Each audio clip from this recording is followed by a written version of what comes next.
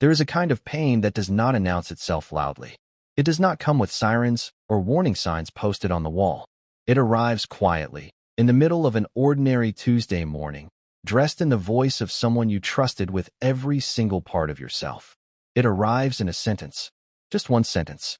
And in that sentence, your entire world, everything you built, everything you sacrificed, everything you believed about love and loyalty and forever, collapses without making a single sound. For a woman named Diana Carter, that sentence came on a cold February morning in their kitchen in Columbus, Ohio. She was standing at the stove making breakfast when her husband of 9 years, Marcus Carter, walked in, sat down at the table they had picked out together at a furniture store on their 3rd anniversary, folded his hands the way he always did when he had something difficult to say, and told her that he wanted a divorce. He did not say he had fallen out of love. He did not say he had met someone else, not yet anyway. What he said was far more devastating than either of those things.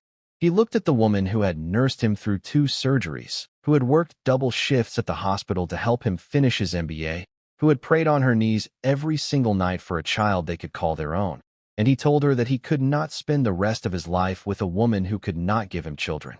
And then he got up, poured himself a cup of coffee, and walked out of the kitchen like he had just read the weather forecast. What Marcus Carter did not know, what he could not have possibly imagined on that cold February morning, was that Diana was already carrying his children. 3 of them. Before we dive deeper, let us know in the comments where you are watching from. We would love to hear from you, and do not forget to hit that subscribe button so you never miss any of our upcoming videos. Now, let us slow down for just a moment, because there are things about this story that are going to make you question everything you think you know about fate, about timing, and about the kind of justice that does not come from a courtroom, but from life itself. Who was Marcus Carter, really? Was he the devoted husband Diana believed she had married? Or was there something underneath the surface of that marriage that had been rotting long before he sat down at that kitchen table? And who was Diana Carter before Marcus? Before the fertility treatments? Before the miscarriages? Before 9 years of hoping and praying and being told by doctor after doctor that her chances were slim? And perhaps most importantly, when Diana found out the truth about what was growing inside her body, what did she do with it? Did she run back to the man who had just thrown her away? Did she call him, crying, begging him to come home? Or did Diana Carter do something that nobody in Columbus, Ohio, saw coming? Stay with us, because this story is only just beginning. Diana Reeves grew up in a small house on the east side of Columbus, Ohio, the second of 4 children born to a postal worker named Gerald Reeves and a school cafeteria supervisor named Patricia Reeves. By every measure, it was a modest upbringing. The Reeves family did not take vacations to Disney World. They did not drive new cars.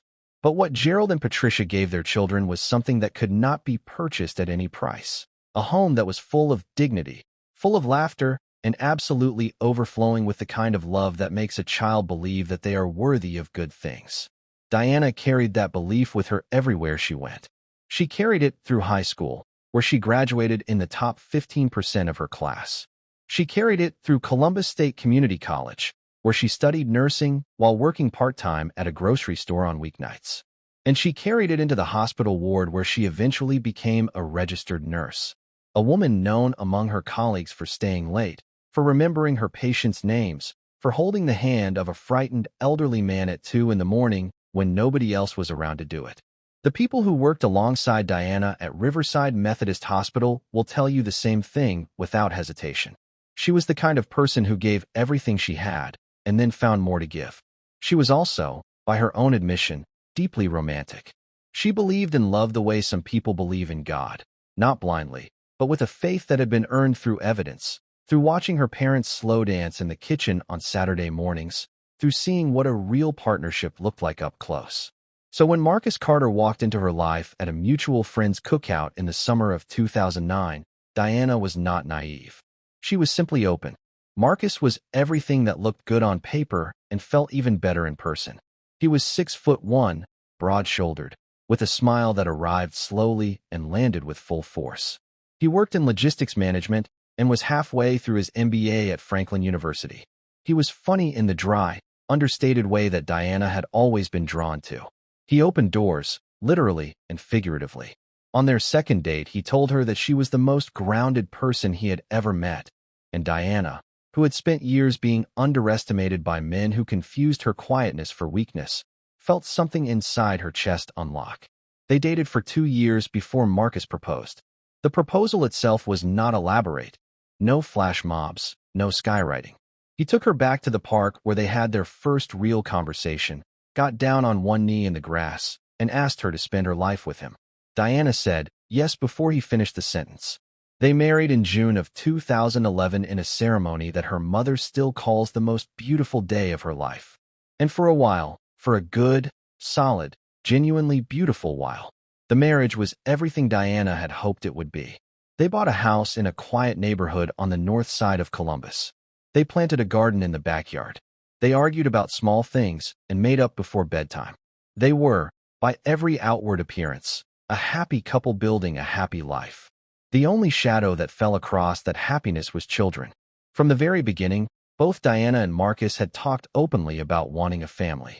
2 kids, maybe 3. They had even half-jokingly argued about names before they were even engaged. So when, a year into their marriage, Diana did not get pregnant, neither of them panicked. These things took time. Everybody said so. But 1 year became 2 years, and 2 years became 3, and the monthly disappointments began to accumulate into something heavier than either of them knew how to carry. Diana went to her OB/GYN first, then to a fertility specialist. The diagnosis, when it finally came, landed like a stone dropped into still water. Diana had a condition called diminished ovarian reserve, combined with a structural irregularity in one of her fallopian tubes. The doctor was gentle but direct. Natural conception was possible, technically, but the probability was very low. They discussed IUI. They discussed IVF. Diana came home from that appointment, sat in her car in the driveway for 45 minutes, and then walked inside and told Marcus everything. And here is where the story begins to shift. Marcus said the right things that night. He held her. He told her they would get through it together. He told her that she was enough, that they were enough, that there were options, and they would explore every single one. And Diana, who loved him and trusted him and had no reason yet to doubt the architecture of the man she had married, believed him. What she did not know, could not see from where she was standing, was that Marcus Carter had already begun to change. The fertility treatments were expensive and emotionally grueling. 3 rounds of IUI over 18 months, each one ending in failure. 1 round of IVF that resulted in a pregnancy that lasted 6 weeks before ending in a miscarriage that left Diana unable to get out of bed for 4 days. Marcus was present for the procedures. He was present in the waiting rooms. But Diana would later tell her sister that somewhere during those 2 years of treatment, she began to notice a distance in her husband that she could not name and did not know how to close. He worked later. He was less talkative at dinner. He began spending weekends with friends Diana had never met and did not ask her to join. She told herself it was stress. She told herself it was grief, that men processed loss differently, that he just needed time.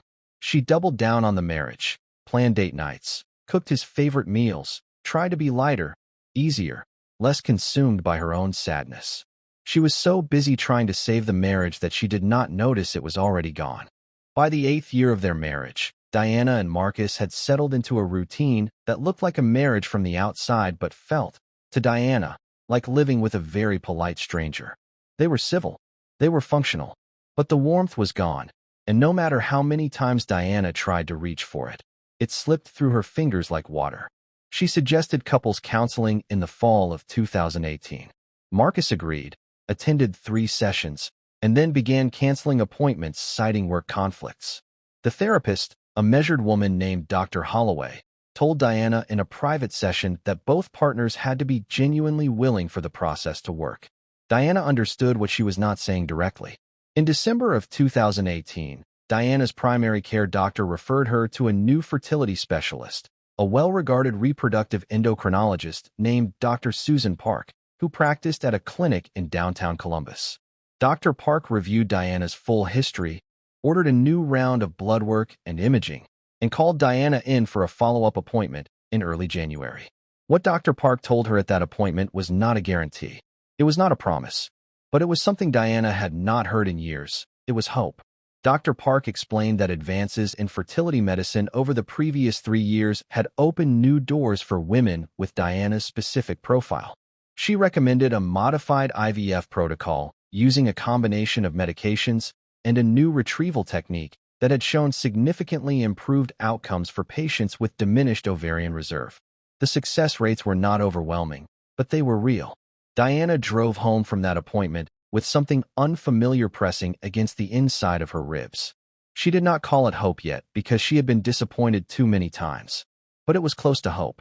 It was the shape of hope. She decided to talk to Marcus that evening. She sat him down after dinner, pulled out the pamphlets Dr. Park had given her, and began to explain what she had learned. She got 4 sentences in before Marcus put his hand up. Gently, calmly, the way you stop a conversation you have already decided to end. He told her he needed to talk to her about something too. And then he told her. He told her that he had been doing a lot of thinking. He told her that he had tried, that they had both tried, and that he did not think continuing to try was fair to either of them. He told her that he wanted to be a father more than almost anything in the world, and that he had come to accept that their path together was not going to lead there. He told her he had already spoken to a divorce attorney. He told her he thought it was time to let each other go. Diana sat very still while he said all of this. She did not cry. She did not raise her voice. She asked him one question. She asked him if there was someone else. Marcus paused for exactly the length of time it takes for a pause to become its own answer, and then he said no. He said it clearly and without hesitation, the way people sometimes lie when they have been practicing. Diana nodded slowly. She folded Dr. Park's pamphlets back into the envelope. She stood up, walked to the bedroom, and closed the door behind her. She sat on the edge of the bed they had shared for 8 years, and she stayed there for a very long time in the dark.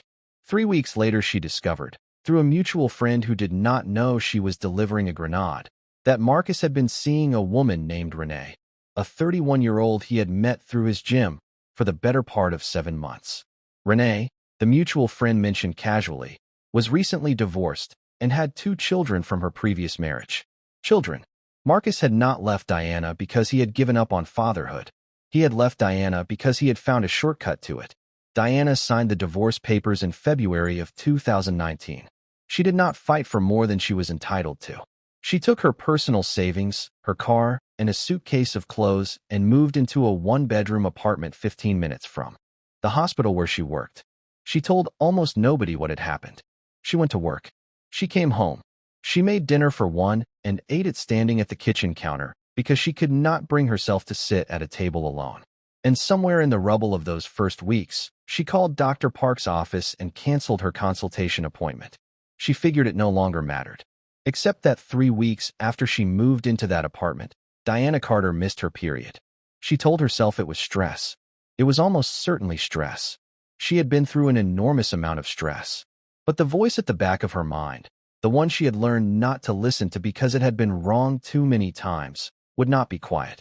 On a Thursday evening in late February, Diana sat on the floor of her apartment bathroom and stared at a pregnancy test.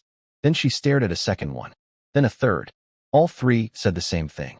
The aftermath and investigation, 2000 hours, 28:00. Diana Carter was pregnant. After 9 years of trying. After 3 rounds of IUI and 1 round of IVF. After a diagnosis that had been handed to her like a sentence. After a marriage that had been dismantled and carried out in boxes. After signing papers that made her legally single for the first time in nearly a decade. She was pregnant. She sat on that bathroom floor for a long time. She did not scream. She did not laugh. She cried, but not the way you might expect. Not from joy, not from grief, but from something that did not yet have a name. Something that was too complicated and too large to fit inside any one emotion. Her first call was to her sister, Vanessa, who drove over at 10 o'clock at night and sat with her on that bathroom floor until midnight. Her second call was to Dr. Park's office first thing Friday morning. The ultrasound appointment was scheduled for the following week, and Diana drove herself there alone, sat in the waiting room among couples holding hands and exchanging nervous smiles, and told herself to breathe. She was called in. The gel was cold. The wand moved. And then Dr. Park's voice changed, shifted in a way that Diana noticed immediately, because she was a nurse, and she knew what it meant when a medical professional's voice changed during a procedure. Dr. Park told her to look at the screen. Diana looked. There were 3 distinct heartbeats.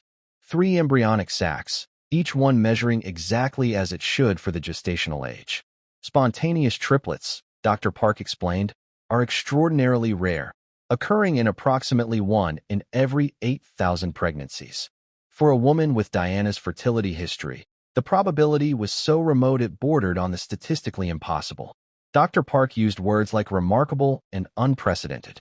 Diana stared at the screen and thought about that February morning in the kitchen. She thought about the table they had picked out together. She thought about Marcus's folded hands and his measured voice and the way he had poured himself a cup of coffee and walked out. She thought about Renee and her 2 children and the shortcut Marcus had decided was more efficient than staying. And something shifted inside Diana Carter. Not bitterness, not rage. Something quieter and far more powerful than either of those things. Purpose. Diana had not intended to tell Marcus. She wrestled with that decision for weeks. Long, sleepless weeks during which she went to work and came home and lay awake in the dark, turning the question over from every angle. He was the biological father. There were legal considerations. There were moral ones. Her mother, when Diana finally told her, said immediately that Marcus had a right to know. Her sister Vanessa, who had sat with her on that bathroom floor and seen what his departure had done to her, said that Diana did not owe that man a single thing. Diana's divorce attorney, when consulted, laid out the legal landscape clearly and without judgment. In the end, Diana made her decision not out of revenge and not out of obligation, but out of a deeply considered understanding of what she could live with. She would have her children. She would raise them. And when the time was right, when she was stable, when she was ready, when she was standing on solid ground, she would make the appropriate disclosures through the appropriate legal channels. She was not going to call Marcus Carter crying. She was not going to show up at his door with an ultrasound photo. She was going to do what Diana Carter had always done. She was going to take care of herself, and she was going to do it right. What she did not account for, and could not have predicted, was Columbus, Ohio being as small as it sometimes is. Diana's pregnancy became visible by late spring. She had moved to a different part of the city, but nurses talk, and mutual friends exist, and the universe, it sometimes seems, has its own schedule. Marcus found out through a colleague of Diana's, not a close friend, not someone who meant any harm, just someone who mentioned. In passing at a social event that Diana from Riverside was expecting. Marcus, by that point, had moved in with Renee and was playing the role of stepfather to her children with an enthusiasm that some of Diana's friends found darkly ironic. When the word reached him, Marcus did not call Diana directly. He had his attorney contact hers. And that is when things in Columbus, Ohio, got very interesting very quickly. Marcus Carter's attorney contacted Diana's attorney in June of 2019 with what was framed as a simple request for information, confirmation of paternity, and clarification of Diana's intentions regarding co-parenting arrangements. Diana's attorney, a sharp and unhurried woman named Carol Simmons who had seen every variation of this particular situation across 22 years of family law practice, advised Diana to proceed carefully and document everything. A paternity test was agreed upon. The results, which surprised nobody who had been paying attention, confirmed what Diana already knew. Marcus Carter was the biological father of all 3 children. And here is where Marcus Carter revealed something about himself that Diana had perhaps always suspected but never had confirmed so clearly. Rather than responding to this news with humility, rather than acknowledging that he had left a marriage and a woman who had done nothing wrong, that he had lied about the presence of another woman, that he had walked out on a wife at the precise moment when fate was preparing to deliver him exactly what he said he wanted, Marcus responded with lawyers and leverage. He filed for joint custody before the children were even born. He requested that his name appear on the birth certificates. He began, through intermediaries, to suggest to people in their mutual social circle that Diana had kept the pregnancy from him deliberately and maliciously. He reframed the entire story so that he was the aggrieved party. Diana's sister Vanessa, who had a social media following of several thousand people from her work as a community organizer, posted something vague but pointed about men who leave their wives for being unable to conceive and then show up with lawyers when the biology proves them wrong. It went modestly viral in Columbus. People who did not know the specifics understood the shape of what had happened and had opinions about it. Marcus's attorney sent a cease and desist. Carol Simmons filed it appropriately and moved on. The custody proceedings began. And in those proceedings, a fuller picture of the Carter marriage began to emerge under oath, because that is what courtrooms do. They take the private architecture of a marriage and hold it up to fluorescent light. Marcus's relationship with Renee, which had begun 7 months before he filed for divorce, was documented.